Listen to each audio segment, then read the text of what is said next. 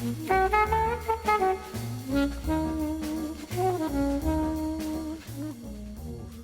kemur bara svona ró yfir mann að hlusta. Ytti hér, Addi á móti mér. Já. Ég nefnilega sko, það sauð á mér fyrir svona mínútu. Ég var að fatta að núna, akkurat núna, þá gæti ég verið að hlusta á þríeykið. Já. Herðu. En þau ekki þar. Nei. Það, þú veist, fólk getur núna í bílnum verið að hlusta á þig hérna í föstudagskaffinu á leiðinu vinna. Það er góður punktur. Ég var búin að Svo ertu líka bara, þú ert doubling down. Ég var í brennslunni í fyrramáli. Já, bara fyrramáli, núna. Þú ert í brennslunni núna. Já, bara núna, já. Það er rétt. Ég geti kannski klárið þennan fyrst, setið svo yfir. Ég verð með einhverjum 3 tíma í brennslunni, sko, á FM.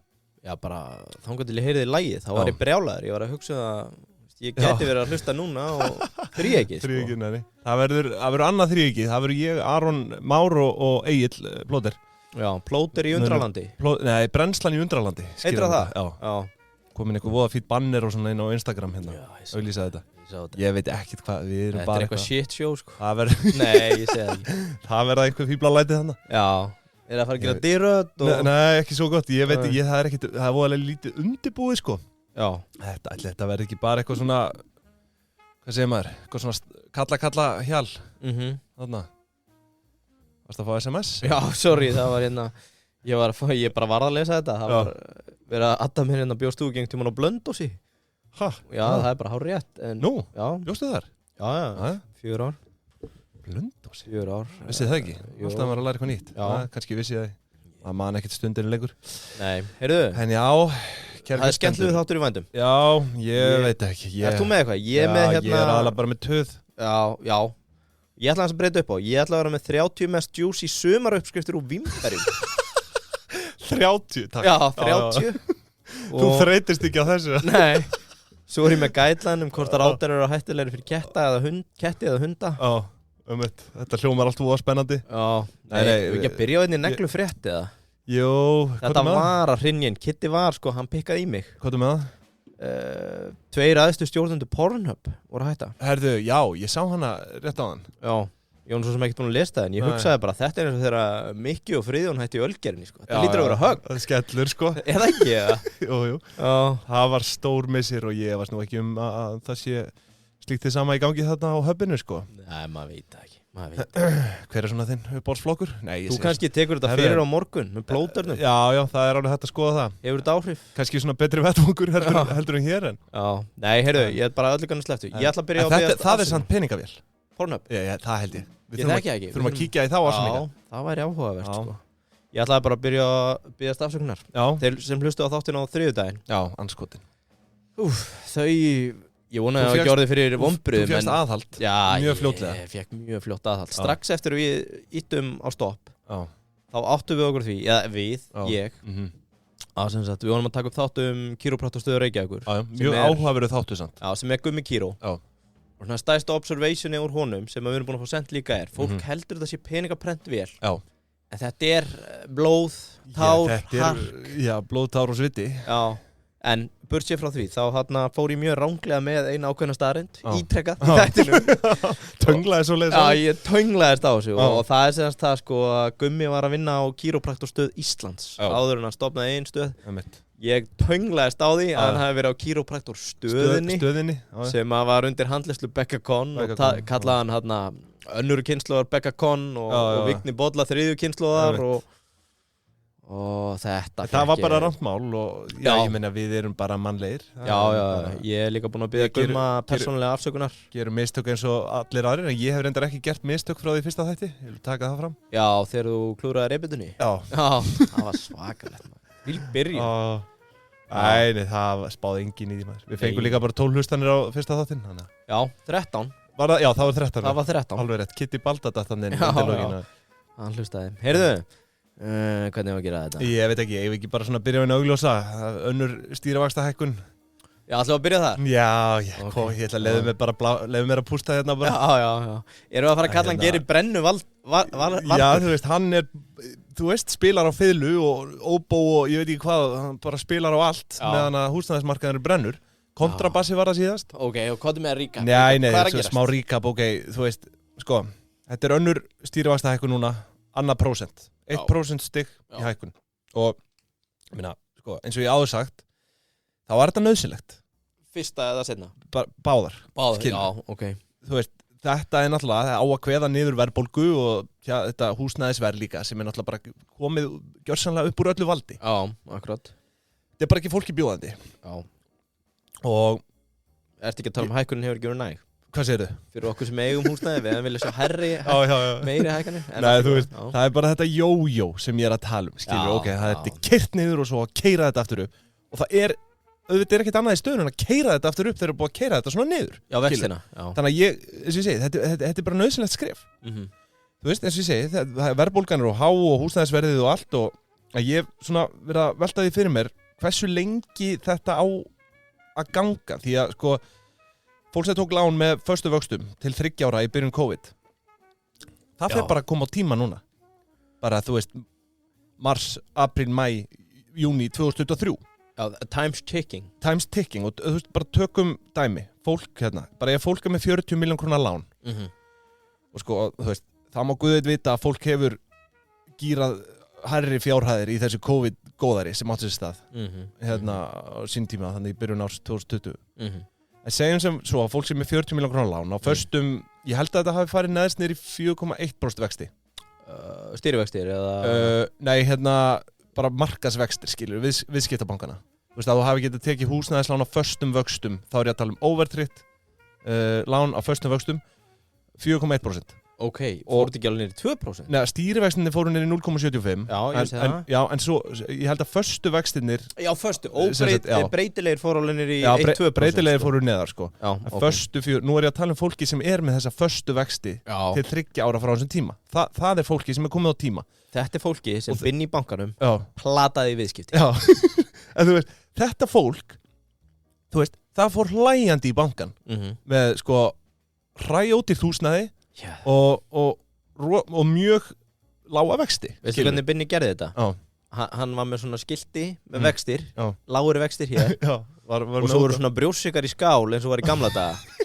Svona kandís. Já, þú vissir ekkert að hverju varst að ganga nei. Og núna sitjum við öll í súpunni. Já, en þú veist, þetta, sko, eins og ég segi, þetta er ekkert sérlega heppið fólk, eða þú veist, margt af þessu fólki voru fyrstu kaupendur sem að kannski voru að kaupa íbúð langt umfram efni vegna þess að þau fengu mjög góð vaxtakjör. En hvað gerist núna þegar skyndilega föstu vextinni falla niður í byrjun árs 2023? Það er fyrsta helmingin. Ok, þá ertu komin á 8% vexti, segjum það. Segjum að stýrivextir verði orðnir, ég veit ekki, bara 6% þá eða eitthvað. Maður veit ekki hvað þetta endar. Er þetta big short moment okkar? Þú ert að spá fyrir... Já, ég bara segja, nú er ég bara að koma með punkta, hvað gæti gestina. Okay. Segjum að þú ert komin á 8% vexti. Þá er það bara 110 til 120 skrona hækkun af svona overtröðu jafngreiðsluláni, sko. Já, hvað er uppæð? 40 miljón krónar lán, sko. Og þú veist, auðvitað munu einhverju bara lendi í vandræðum með þetta. 100 krónar hækkun á 40 miljón krónar húsnæðisláni. Já, 140 bara, nei, svona 110 til 120 krónar hækkun bara á mánuði, skilur. Þú veist, mánaðilegum afborgunum eða greiðslum. En svo fór ég aðeins á stúfana hérna og hafði nú samband við hann Brynjólf Gauta sem er tölfræðingur Pingjunar. Já. Endilega tjekkja honum á Twitter, hann er með skemmtilega greiningar. Geggjaður.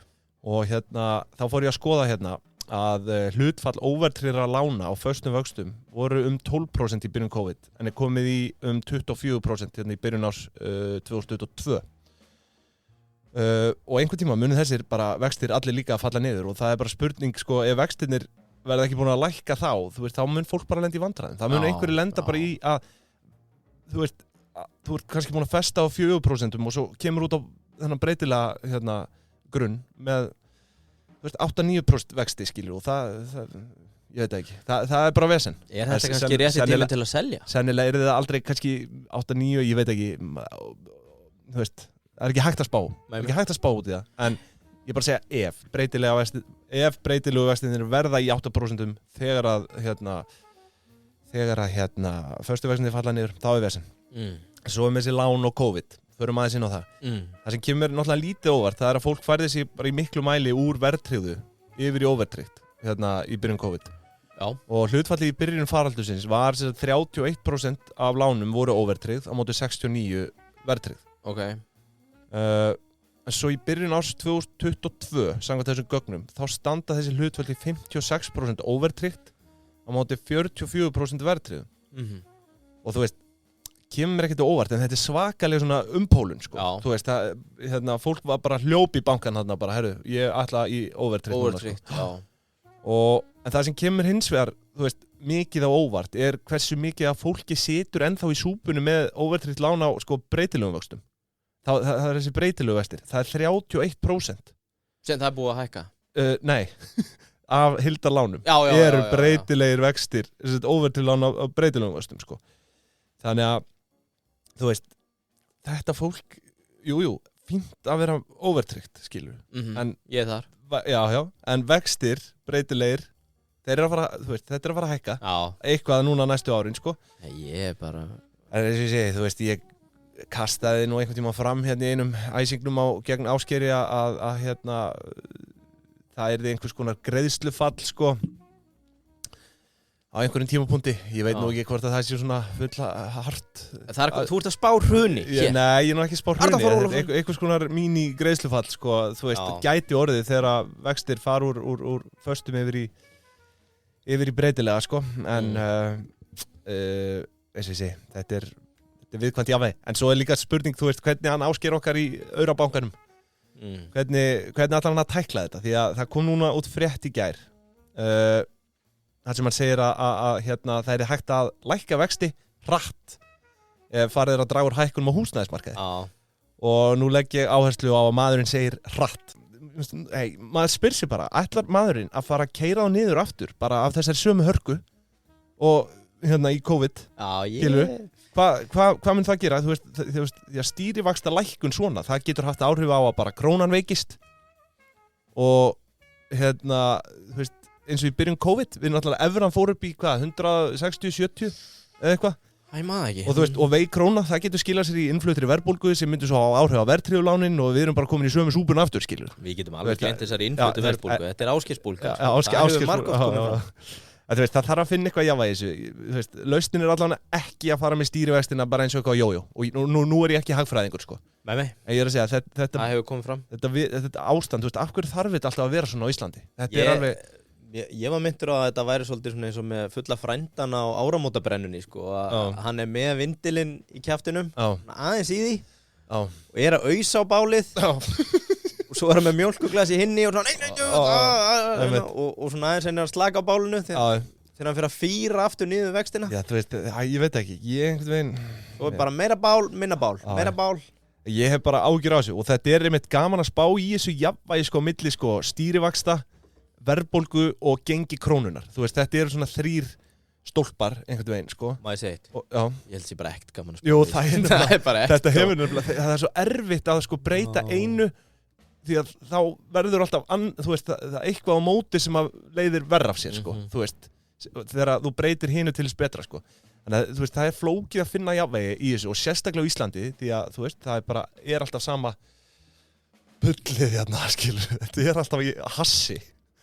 Það er eins og ég segi, þetta er bara, ég ætlaði bara að koma aðeins með þetta, ég þurfti aðeins að pústa sem fyrr en ég, þú veist, ég veit ekki, hvað er Ásgeir að gera núna? Er hann að spila á trómurnar? Ég er að segja það, hann er bara með vindil og mjólk í einhverju áramótabrennu og hann er annarkvort að bæta á bálið eða slökku því, sko. Geir í Aurabankanum, hann allavega, ég öfund hann ekki. Hann er flottur, ég stend með honum í hverju einustu ákvörðun. En, hefur ekki að fara í léttar efni? Jú, ég segi það, bara afsakið ef að ykkur leiðist þetta tuðið mér. Ég þurfti bara að pústa það og reyna svona að fara að draga úr þessu. Já, ég meina, nú getur fólk farið að skipta aftur inn, það var að hlusta á... Já, það skiptir bara yfir á brennslunum meðan. Já, með brennslunum meðan. Ég ætla að fá mér inn að skruf. Já, go ahead. Frá honum Óttari. Geðum við smá sniffa af þessu? Já, smá hnus. Já. Hann var hvað hjá þér síðustu viku aftur? Hann er sko... Hann er viðskipta heilinda maður síðustu viku í þættinum Hugsjónamenn sem hlæja á morgun. Já. Og ég var við svolítið skemmtilegt atvik í morgun. Ég sá Emil í ræktinni. Já. Og ég er ennþá að átta mig á því hvernig er best að gera þessu skil, Emil í Steindal. Já. En það verður sem sagt tekið fyrir í næsta þætti Hugsjónamenn sem hlæja á morgun næsta föstudag. hvað Emil var að gera í ræktinni. Já, ok. Við býðum spennt eftir að heyra það. Já, en þeir skrúffélagar eru náttúrulega bara að tröllriða þessu markaði. En þetta líka, ég er bara farin að sjá aukningu, fólki að fara að ganga með skruff. Þetta þykir cool í dag. Já, það ekki? Jú, og þetta er bara langþægilegasta dótið, sko. Ég er að láta merkja bílinn minn, skruff. Já, það kannski spurning hvort það var hægt að græða límið það. En sko, að þú vilt vera fólk með fólki, fara í skruff. Takk fyrir. Ég er með hérna lítið móla. 18 plus. Já, er það ekki? Verður ekki að koma fram? 18 plus. Millionaire Migration. Ég er með kort og ég kannski hendis inn í Deep into Pingjan fyrir allra hörðustu fenn, bara til að sjá þetta. Þetta er svolítið skemmtilegt að sjá þetta myndrænt. Og þetta er semast kort sem sýnir fólksflutninga milljónamæninga, milli landa. En það kom fram í einhverjum fréttum fyrir vikunni. Eða síðustu viku, eða þar síðustu, ég maður ekki. Rússland? Já, Rússlandnir. 15.000 auðkýfingar. Já, séu að fara frá Rússlandi. Hvorki farin í fleiri. Nei. Og eins og þú fara allir saman. Ég veit það ekki. En einhverja rútuferðir út á flugvöll. Eins og þú vanar að segja, eins lands dauði er annars brauð. Já, og stóra spurningin sem var ósvarað er, hvert eru þessi chefar að fara? Já. Og bara svona til að byrja með, viltu giska hvaða land er að græða mest eða er að taka til sín flesta? Taka til sín flesta, þú veist, ég trú ekki að sé einhver sem er, þú veist, eitthvað að NATO-ríkjunum, sko. Ég myndi halda bara Hvíta-Rússlandi eitthvað, nei, það meikar samt engan sens. Ansi kaldur, sko. Katar, Hitnar. Katar, United Arab Emirates. Það var næsta, basically. Já. Þeir eru með hérna 4.000 að stendur hérna projected net að þú veist svona áætluð af þessum 15.000. Já. Þetta er þetta stórmerkilegt. Nei, sorry. Ég er núna bara með listan yfir alla milljónamæringaflutninga og þetta er það land sem er talið verið að græða mest. Þá náttúrulega hefði ég aldrei sagt Hvíta-Rússland, sko. Já, ef þú hefði vitað að þetta væri líka Kínverjar og Rússandir, sko. Já, nei, sorry. Ég hefði sennilega sagt Katar alltaf fyrst, en svo er það einmitt þessi Sameinuðu arabísku furstadæmi, sko. Er ekki Dubai þarna þar? Ég held að þetta sé Dubai sem er að taka mest af þessu. Já, er ekki hérna turninn þarna stóri, er hann ekki í Dubai? Hvað heitir hann þarna? Taj Mahal? Já, ég var að hugsa, nú leyfi ég sjálfur mér ekki að gera mig að fíbli og segi Taj Mahal, því ég veit að það er í Indlandi.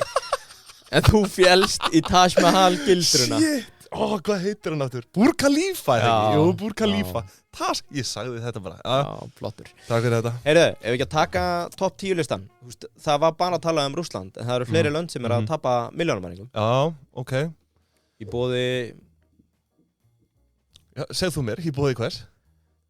Brauð og kó, maður. Já, brauð og kó. Það er pítsuveisla Pítsuveisla í kvöld. Já, og það er út af því við viljum að milljónamæningarnir keyri beint í bílalúðuna á Laugaveginum hjá Brauð og kó. Ekki spurning. Takki með þessi súrdegsstegið og hendi pítsu fyrir fjölskylduna. Vertu góðu fjölskyldu, faðir eða móðir. Já, og ekki orð það mér. Nei.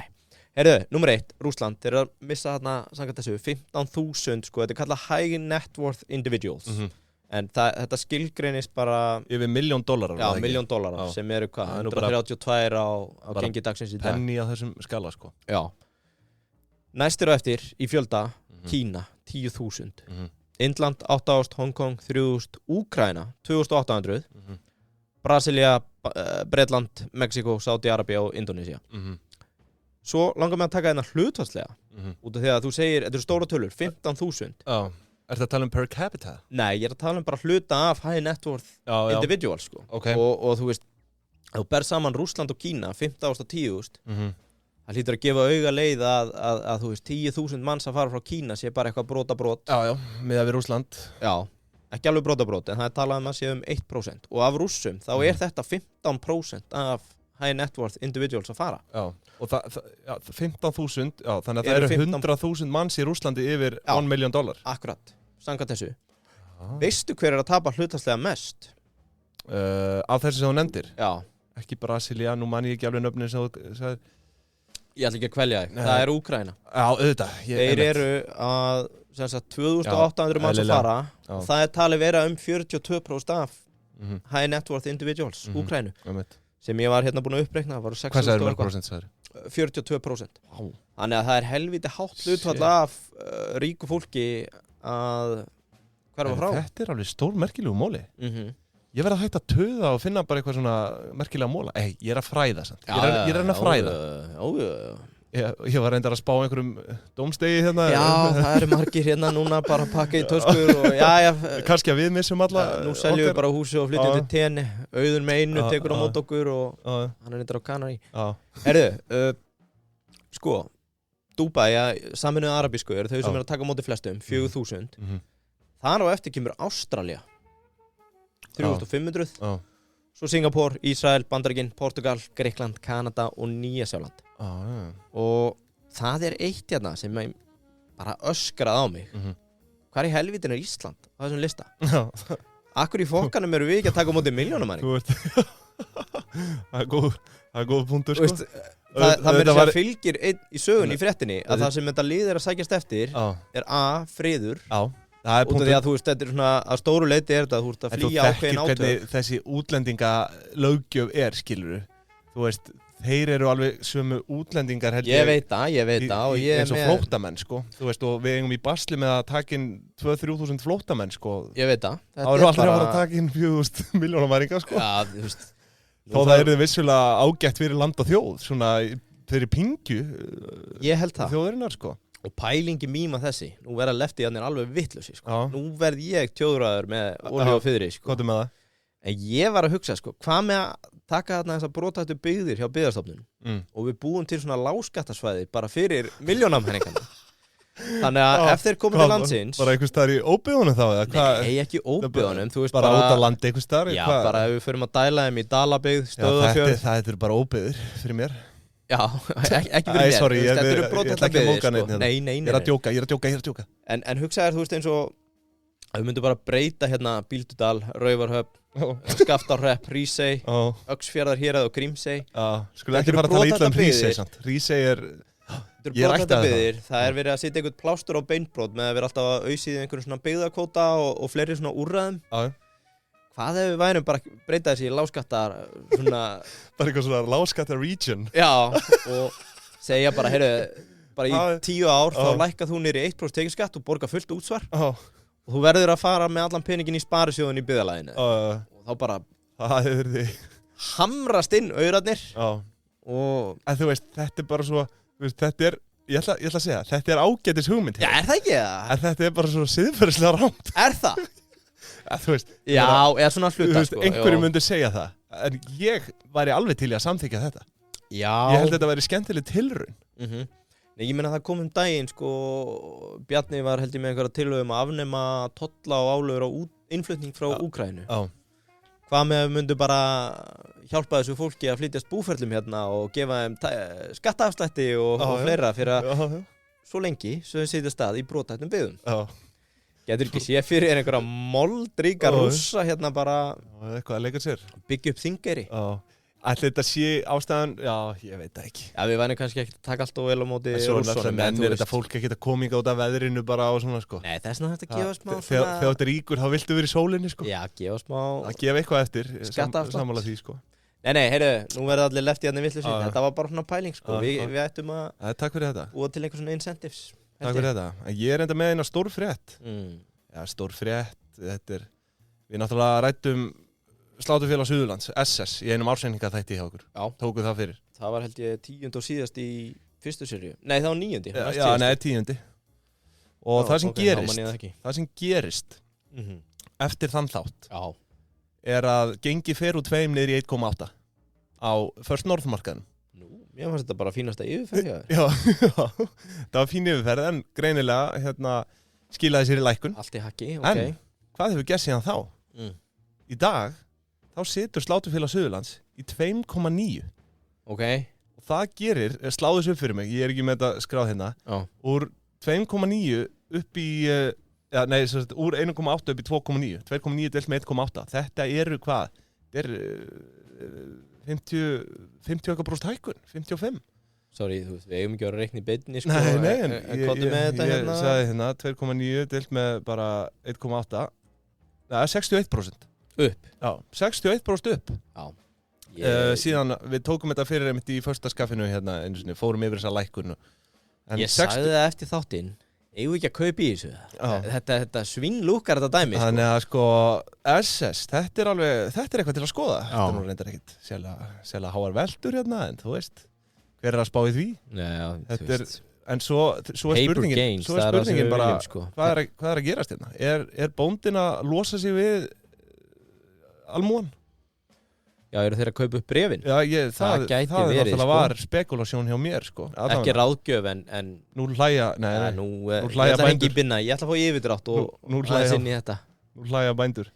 Já. En þetta eins og ég segi, það sem er að gerast hérna, ég meina, gæti verið að bændurnir séu bara hreinlega að losa sig við almenningin. Ja, þú sérði ekkert svona hækkun. Nei, það er eitthvað í gangi. Eitthvað í SS. Já, ég veit ekki. Svo er að hækka verðið daginn. Já, voru þeir að því? Já. Þú kannski kemur inn á það í næsta neytendahotni. Já, það er aldrei að vita. Heyrðu, við vorum með hérna quiz eftir síðast þátt hvað var besta orðið yfir shrinkflation. Og ég ætla ekki að vera groppin en samdráttarbólga. Herru, eitt í þessu. Ég náttúrulega, það eru komin svona 70 atkvæð á þitt þegar ég átta mig á að þetta sé komið inn. Þá set ég minn Vöruskreppa. Já, mér finnst það ótrúlega lítið fyrir. Mér finnst það best. Það fekk 6% atkvæði hérna. Já, hvað fegst þú? 80%. Anskotin. Vöruskerðing sem er RÚV. Þeir voru með 5%. Já. Svo er heldur skemmtilegt hérna Stefán Pálsson, ég held sé ekki sagnfræðingurinn samt. Já, verið það. Jó, ég held að hann sé Nei, þetta er ekki hann.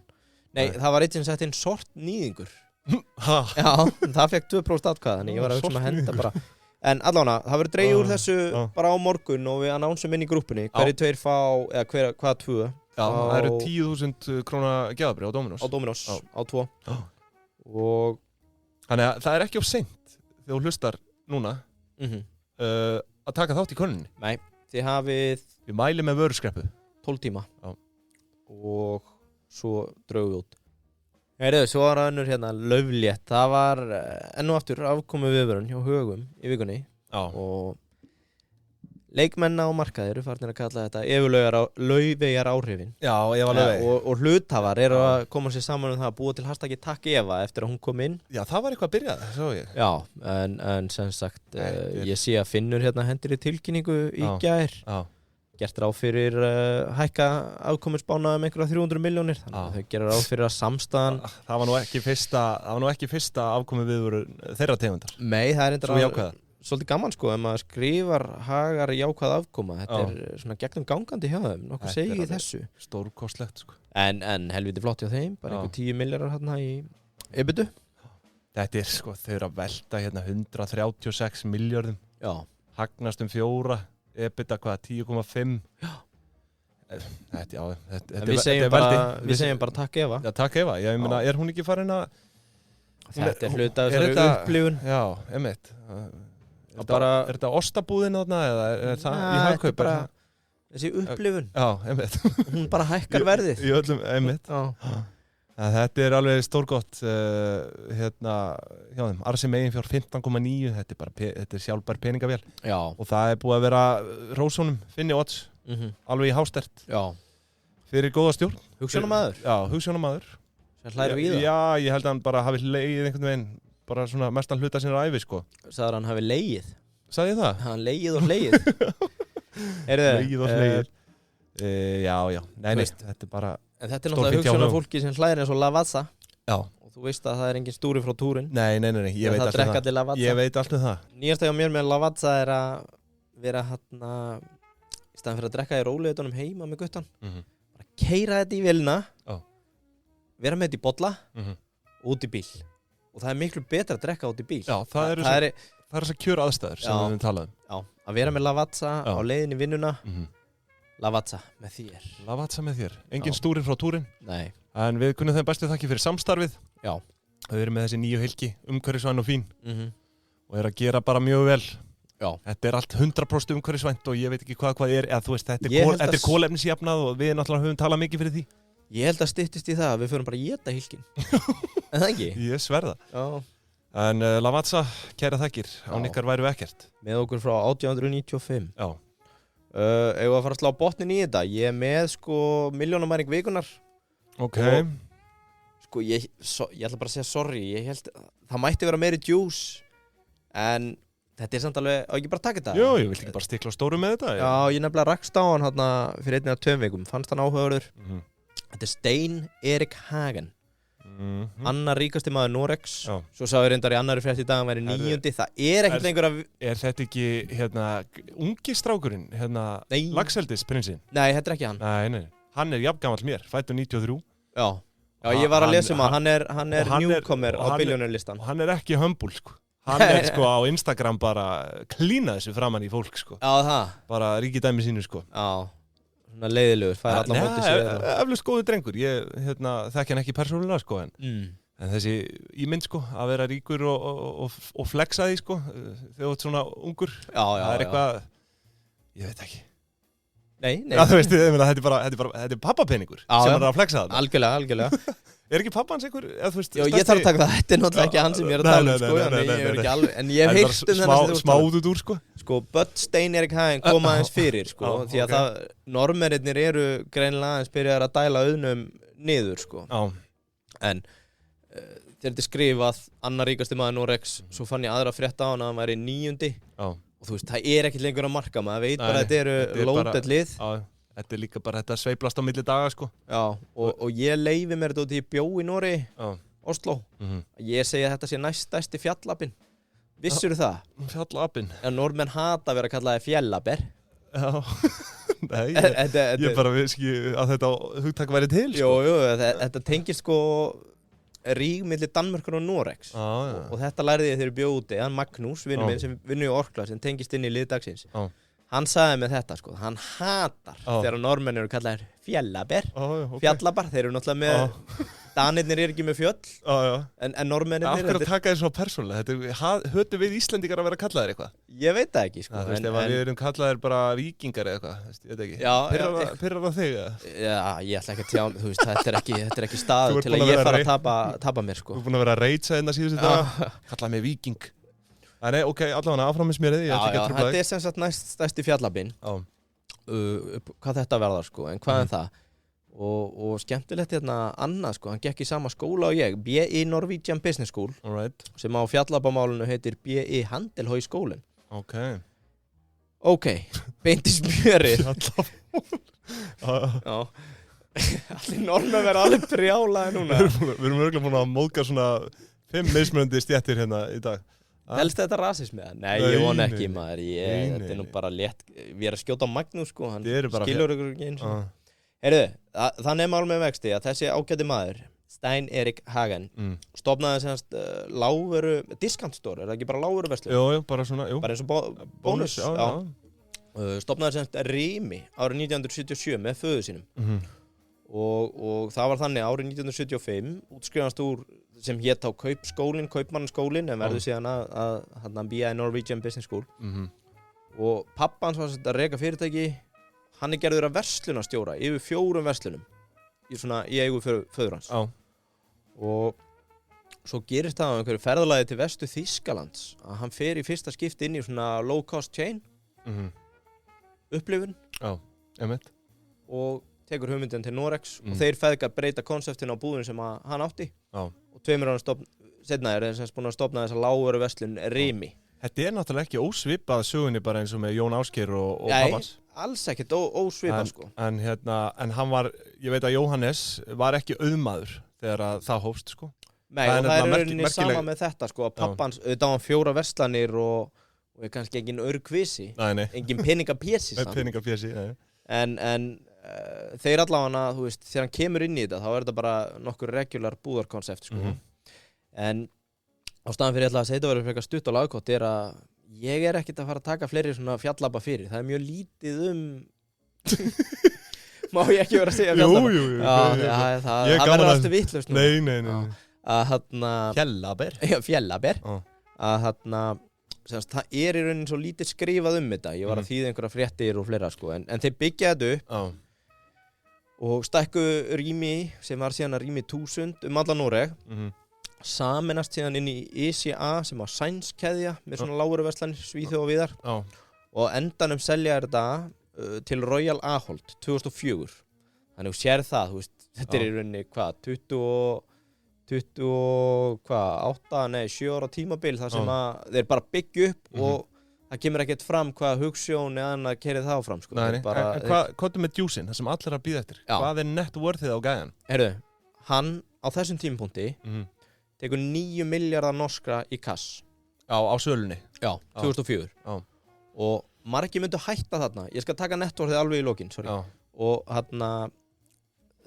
margir myndu hætta þarna. Bara, heyrðu, ég er með 9 miljardar í kass. Nú er ég bara að fara til Bahamas, eða gera eins og þarna eldispésinn. Já. Bara eitthvað að leika mér og bara vera að leika sér að peningum pappa síns á Instagram. En okkar maður, Stein Erik, tók eiginlega bara allan aurinn og hendi í frekari fjárfestingar. Hann fór inn í Orkla, sem er svona það sem verður síðan útudúrinn úr þessar samantekt.